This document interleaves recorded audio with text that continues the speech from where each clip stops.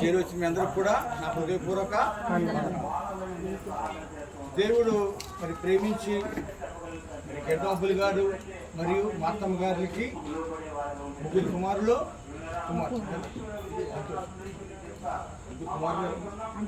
కలిగారు కదా.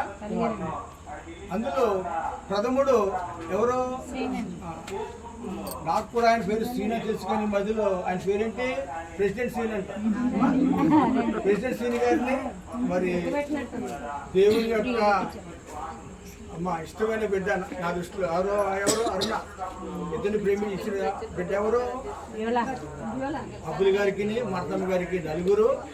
ప్రథముడికి ఎంతమంది ఇచ్చారు? రోజునే మరి దేవుడు మహాకృపను బట్టి ఇది చాలా సంతోషకరమైన గత 3 రోజులుగా కడపలో ఎక్కడ చూసినా పసిపోయానంట. విన్నారా? చూసారా? కడపలో మహానాడు మొత్తం కడప జిల్లా అంతా కూడా పసుపుమయం.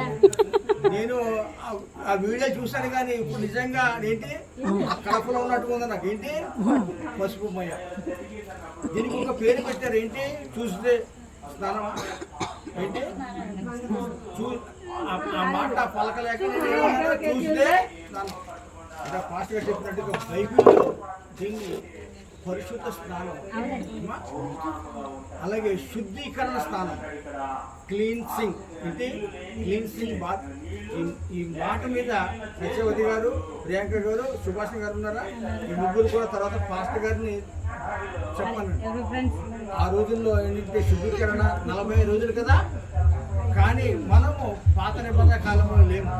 కానీ ఈ రోజున మరి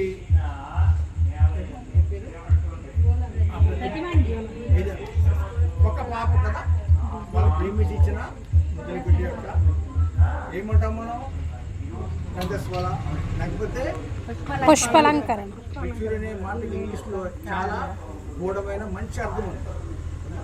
ఎల్ఐసి పాలసీ కట్టినప్పుడు సవ్యంగా మనం పాలసీ కట్టిన తర్వాత లాస్ట్లో ఏమంటారో మనకు లెటర్ వస్తుంది.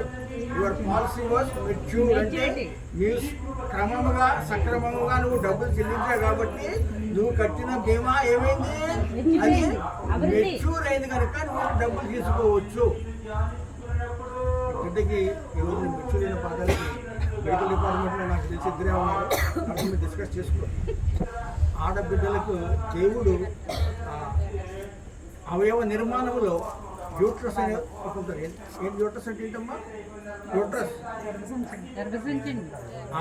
అది చాలా మందికి టైంలో అవ్వక చాలా ఇబ్బంది పడిపోయి లక్షల కొద్ది డబ్బు ఖర్చు పెడతారు. ఆడబిడ్డకి ఆ గర్భాశయంలో జరగవలసిన ఆ ఋతుక్రమము సవ్యముగా ఆ టైంకి జరిగినప్పుడు ఆ బిడ్డ ఏం చేస్తుందంట? ఆ లోన ఫలదీకరణ చెందే బిడ్డ ఎదుగుదల, ఆ తర్వాత యవన ప్రాయము, తర్వాత వివాహానికి ఉపయోగపడే చాలా రాష్ట్రాలు చేరు. మన తెలుగు వాళ్ళు ఏంటంటే మా ఇంట్లో ఆడబిడ్డ ఉంది, ఆడపిల్ల ఉంది, ఆ బిడ్డ రజస్వల అయింది లేదా మెచ్యూర్ అయింది కనుక ఫ్యూచర్లో అంటే పూర్వకాలం ఏం చెప్పేవారంటే మా ఇంట్లో ఆడబిడ్డ ఉంది కనుక ఎవరికైనా సంబంధం కావాలంటే మీరు మా ఇంటికి రావచ్చని ఒక సంకేతం ఇచ్చేవారు. అది రాను మన ఆంధ్ర రాష్ట్రంలో ఇది ఒక వేడుక. ఈ వేడుక కోసం లక్షలు కోట్లు ఖర్చు పెట్టిన సందర్భాలు కూడా ఉన్నాయి. వారు ఏమి చేసినప్పుడు కూడా మనం ఏంటంటే దేవుల్లో ఉన్నాం కాబట్టి ఆ బిడ్డని ఏంటంటే దేవుడు నేటి వరకు ఆ బిడ్డని కాచి కాపాడి ఆ బిడ్డని ఆరోగ్యంగా ఉంచాడు కదా. ఆరోగ్యంగా ఉంచినందుకు ఆ బిడ్డ శరీరంలో జరగాల్సిన అన్ని కూడా మార్పు చెంది ఇందాక పాస్టర్ గారు అందరూ కూడా 5 yearsకి అందరూ రావాలి, అవ్వాలి. అవ్వకపోతే సమస్య కదమ్మా, అవ్వకపోతే అవ్వాలి. కనుక దేవుడు ఆ బిడ్డని కాచిన విధానం ఎందుకంటే మరి గత 2 సంవత్సరాల క్రితం అబ్బులి గారు బాప్టిజం పొందారండి. అదొక వేడుకనా? చాలా వేడుక. అంటే మార్తమ్మ గారు అబ్బులి గారి కుటుంబంలో ఒక గొప్ప మార్పు ఏంటంటే ఆయన బాప్టిజం పొందడం, తర్వాత సిక్ అవ్వడం, మళ్ళా బాగుపడడం, ఆయన మార్పు చెందాడు. క్రమముగా ఆయన దేవుని సన్నిధికి వస్తున్నాడు. ఈ రోజుని ఎంత వేడుక అనుకోండి. ఇది నాకు ఫస్ట్ టైం ఇటువంటి కార్యక్రమంలో మొదటిసారి నాకు అంతా పసుపు రాసేసారు కదా, ఇంటితోని బిల్డింగ్ కదా, నాకు మళ్ళీ అదే గుర్తుకొస్తున్నాను. నేను టీవీలో అక్కడ చూస్తున్నాను కానీ ఇటువంటి ఈ స్నానం, ఈ పరిశుద్ధ స్నానం లేదా క్లీన్సింగ్ బాత్ అనేది ఇది రెండోసారి నేను ఎంత ఘనంగా జరుగుతుంది కదా. మనకి అందుకే మీకు అర్థం కావాలని చెప్పి ఈ 3 రోజులు మహానాడులో కడప జిల్లా అంతా కూడా మొత్తం పసుపుమయం అంట. ఈ రోజున మన వీధి మన సంఘం అంతా కూడా పసుపు దేనికి చిహ్నం? శుభకార్యం కాదు. పసుపు అనేది యాంటీబయాటిక్ కదమ్మా. ఏంటి? రోగ నిరోధక సంహారిణి. అలాగే సున్నము పెయింట్ కూడా సంహారి కనుక ఈ రోజున ఆ బిడ్డను మనం సంతోషం ఏంటంటే మనం అంతమంది నీళ్ళు వస్తే నేనే బాధపడ్డాను. ఈ బాబు ఏంటి ఎలా ఏదేమైనప్పుడు కూడా దేవుడు ఒక మంచి కార్యక్రమాన్ని అబ్బులి గారిని మార్తమ్మ గారిని ప్రేమించి వారికి ఇచ్చిన ప్రథమ కుమారుడు ప్రెసిడెంట్ అరుణాగర్ కుటుంబంలో గొప్ప కార్యక్రమం. ఒక మాట చెప్తాను, ఉన్న మాట ఎవరు బాధపడకండి. ఆయనకి ఒకటే కుమార్తె కానీ 10 మంది సమానం. ఎందుకంటే ఆయన మోషే గారి సంఘం కాబట్టి వాక్యములు, పాటలు, చదువులు త్వరలో కాబోయే ఏంటి సండే స్కూల్ టీచర్ అమ్మా. మీరు కొత్త మంది ఉన్నారు కదా, ఎవరు మీరు చిన్నమ్మ కదా. ఆ పాప యొక్క భక్తి మీకు తెలియదు అమ్మా. నాకిద్దరు కుమార్తెలే, దేవుడు అంటే ఒక్క కుమార్తె కానీ బిడ్డ ఎక్కడ నడుస్తుంది?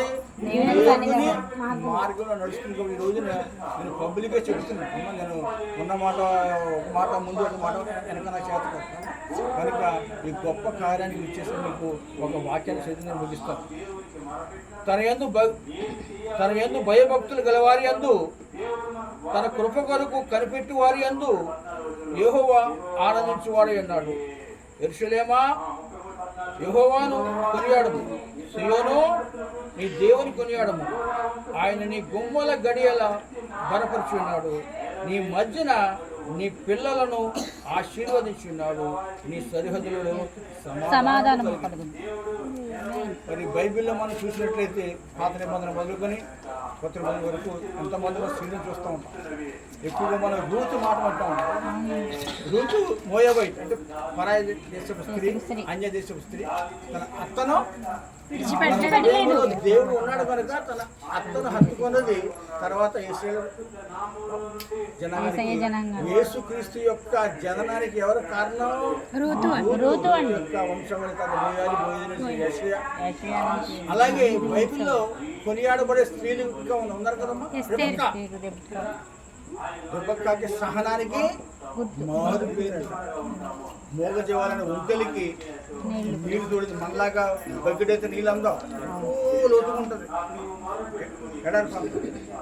అలాగే ఎస్తేరు రాణి గురించి మీరు ఉన్నారు కదా. ఎస్తేరు ఏమిటా? రాణి అందగెత్తండి. ఎస్తేరు రాణి, వస్తీ రాణి కూడా చాలా సూపర్. అంటే ఆ రోజుల్లో అంతా కూడా మిస్ ఇండియా కాదు, మిస్ యూనివర్స్ అనమాట కదా. ఎస్తేరు రాణి పుస్తకంలో పరాయి దేశములు, ఏ దేశములో? పారసీక దేశములో ఆమె ఏం చేస్తుందా? స్వభావమును బట్టి ఎస్తేరు ఏంటమ్మా? ఆమె ఇష్టడైన స్వభావాన్ని బట్టి, అంటే ఆమె అంతరంగంలో ఉన్న స్వభావం అంటే గుణగణాలను బట్టి. అలాగే కొత్త నిబంధనలో ప్రిస్కిల్లా ఉంది, అలాగే లూరియా ఉంది. వీళ్ళంతా ఏంటంటే ఎవరైతే దేవుని హత్తుకున్నారు. ఇప్పుడు నేటి నుండి బిడ్డ